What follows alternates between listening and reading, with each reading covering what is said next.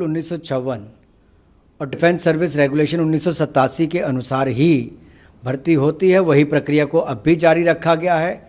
लेकिन कुछ राजनीतिक दल, जैसा मैंने पहले कहा, आम आदमी पार्टी जैसे, गुमराह करने का प्रयास करते हैं, झूठ बोलते हैं और झूठ के नए आयाम स्थापित करते हैं। सच्चाई ना जानते हुए युवाओं को गुमराह करने का काम इन्होंने किया, आग लगाने का काम इन्होंने पहले किया, और ये वही लोग हैं जिन्होंने पहले भी प्रशंसन सर्जिकल स्ट्राइक पर भी खड़े किए थे। कोई बदलाव नहीं है। जो जानकारी पहले प्राप्त की जाती थी वही जानकारी अब भी प्राप्त की जाती है, और लाखों युवाओं ने आवेदन किया है अग्निवीर बनने के लिए। ये अपने आप में दिखाता है कि विपक्ष का प्रोपेगेंडा, विशेष तौर पर आम आदमी पार्टी का झूठ, ये देश के सामने आया है। ये लगातार झूठ बोलते हैं और आम आदमी पार्टी झूठ का राजनीति करती है। नमस्कार, स्वागत है आपका हमारे चैनल में। मैं रानी गुप्ता आपके साथ, और बड़ी खबर सामने आ रही है। आपको बता दें, अग्निपथ योजना को लेकर के अब इसकी राजनीति शुरू हो गई है, जाति को लेकर के। आपको बता दें कि जहां तमाम तरीके के ट्वीट्स देखे जा रहे हैं और ये कहा जा रहा है विपक्षियों की ओर से कि अब अग्निपथ योजना में जो भर्तियां हो रही हैं अब जाति के आधार पर होगा। इसमें जाति के आधार पर युवाओं की छटनी कर दी जाएगी। आपको बता दें, इसको लेकर के लगातार आम आदमी पार्टी के जो संजय सिंह है उन्होंने ट्वीट किया था। इसके बाद देखने को मिला तेजस्वी यादव ने भी इस बात को लेकर के ट्वीट किया, और इन सब के बीच अब बीजेपी ने इस पर करारा जवाब दिया है। आपको बता दें कि बीजेपी के राष्ट्रीय प्रवक्ता संबित पात्रा ने एक प्रेस कॉन्फ्रेंस कर कहा कि लगातार ये वही लोग हैं जो अग्निपथ योजना को लेकर के जब लॉन्च हुआ था तो लोगों को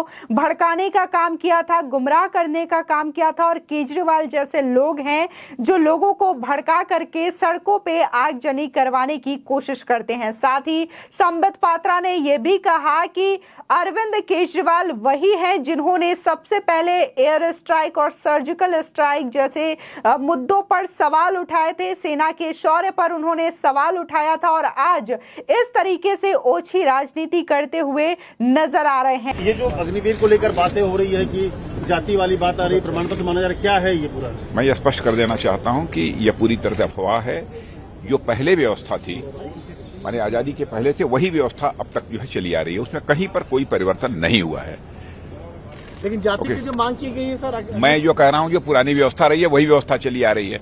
अब इसके आगे मुझे क्लैरिफाई करने की समझता हूं कोई जरूरत नहीं है। दरअसल केंद्रीय मंत्री अनुराग ठाकुर ने भी इस बात का खंडन करते हुए बताया कि आर्मी रूल 1954 के तहत ये जो भर्ती प्रक्रिया है वो शुरू से ही ऐसी होती आई है और इसमें कोई भी बदलाव नहीं किया गया है।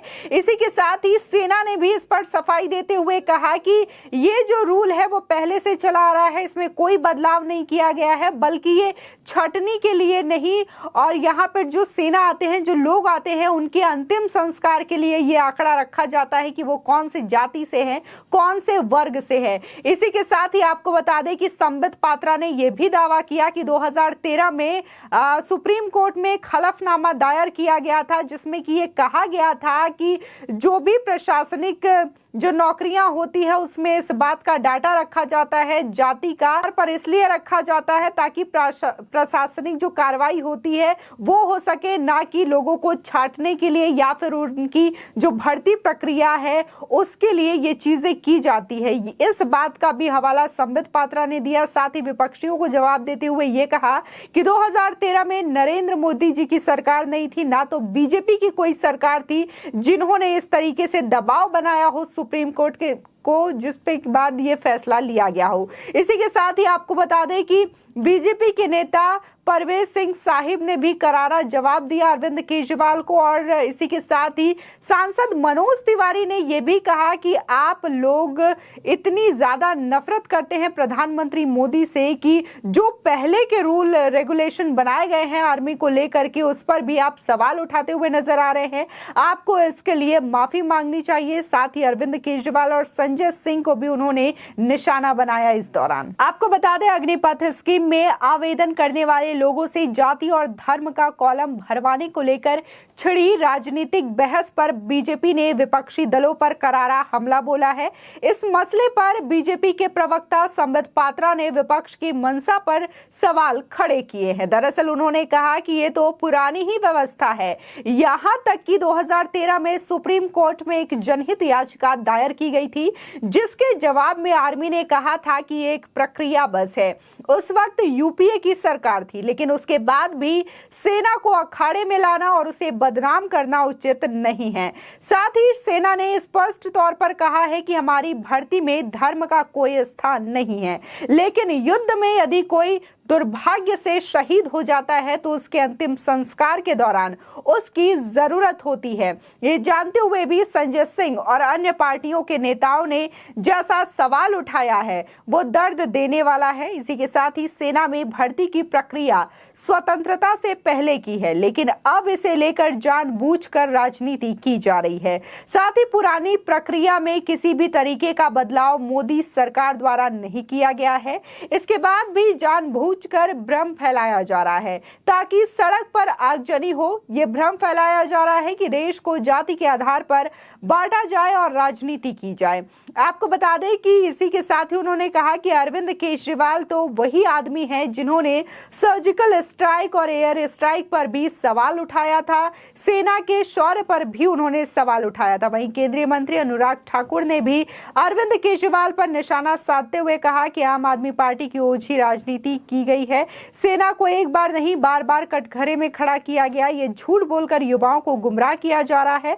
आर्मी रूल 1954 और डिफेंस सर्विस रेगुलेशन 1987 के हिसाब से हो रही प्रक्रिया का पालन किया जा रहा है, इसमें नया कुछ भी नहीं है। आपको बता दें, बीजेपी सांसद मनोज तिवारी ने भी आम आदमी पार्टी और अरविंद केजरीवाल को घेरते हुए कहा कि संजय सिंह को पीएम मोदी से इतनी ज्यादा नफरत है कि वो गलत खबर को ट्वीट करके देश को गुमराह करने का काम कर रहे हैं। इसी के साथ ही बीजेपी नेता प्रवेश सिंह साहिब लिखते हैं, सर्जिकल स्ट्राइक के सबूत मांगने वाले केजरीवाल की चरण वंदना से बाहर निकलकर थोड़ा बुद्धि पर भी जोर दे लिया करो। 2013 में सेना ने सुप्रीम कोर्ट को हलफनामे में बताया कि धर्म और जाति का विवरण केवल प्रशासनिक उद्देश्यों के लिए होता है, चयन प्रक्रिया में इसकी कोई भी भूमिका नहीं होती।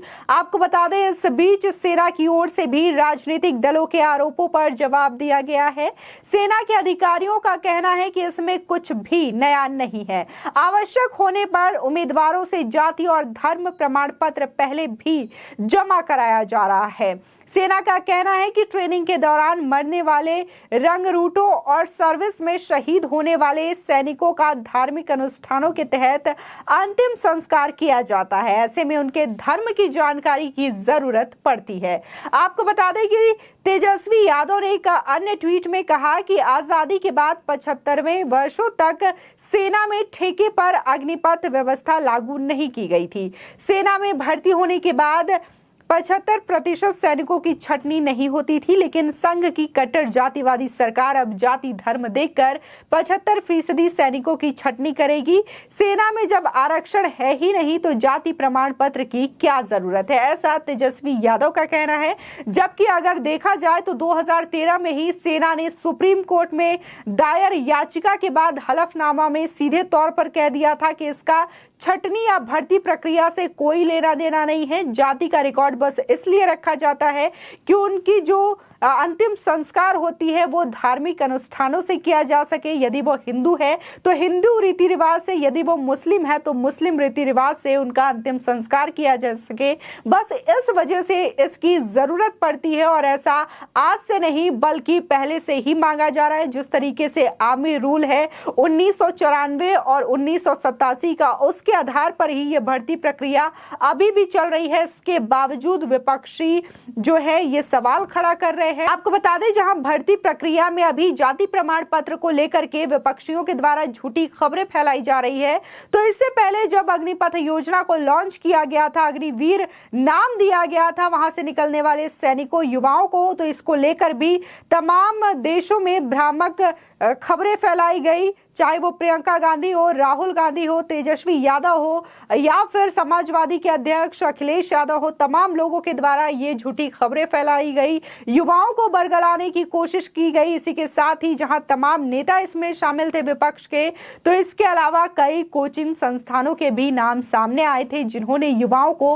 बरगलाने की कोशिश की थी, और जिसकी वजह से देखा गया था कि यूपी से लेकर के बिहार, हरियाणा, राजस्थान ऐसे कई राज्यों में आगजनी की घटनाएं देखने को मिला कि जो युवक हैं वो सड़कों पर उतर आए थे और लगातार इस बात को लेकर के प्रदर्शन कर रहे थे। जब सेना की ओर से ये पूरी तरीके से क्लियर किया गया कि इसमें क्या क्या चीजें हैं, क्या क्या सुविधाएं उनको दी जाएगी, और इसका पूरा जो डाटा है वो जब आर्मी के जो उच्च अधिकारी हैं उन्होंने प्रेस कॉन्फ्रेंस के माध्यम से बताया, तब जाकर के उनमें राहत आई और उन्होंने इस मामले को शांत किया। लेकिन विपक्षियों ने पूरी तरीके से कोशिश की थी कि युवाओं को भड़काया जा सके, उन्हें बरगलाया जा सके, और इसी के साथ ही देश में जो माहौल चल रहा है उसको बिगाड़ने की भी कोशिश विपक्षियों के द्वारा की गई। देखा गया कि जब जो अग्निपथ स्कीम आई थी उसको लेकर के बवाल शांत हो गया, तो अब जातिगत प्रमाण पत्र को लेकर के एक बार फिर से विपक्षियों ने हंगामा करना शुरू कर दिया। लेकिन बीजेपी के राष्ट्रीय प्रवक्ता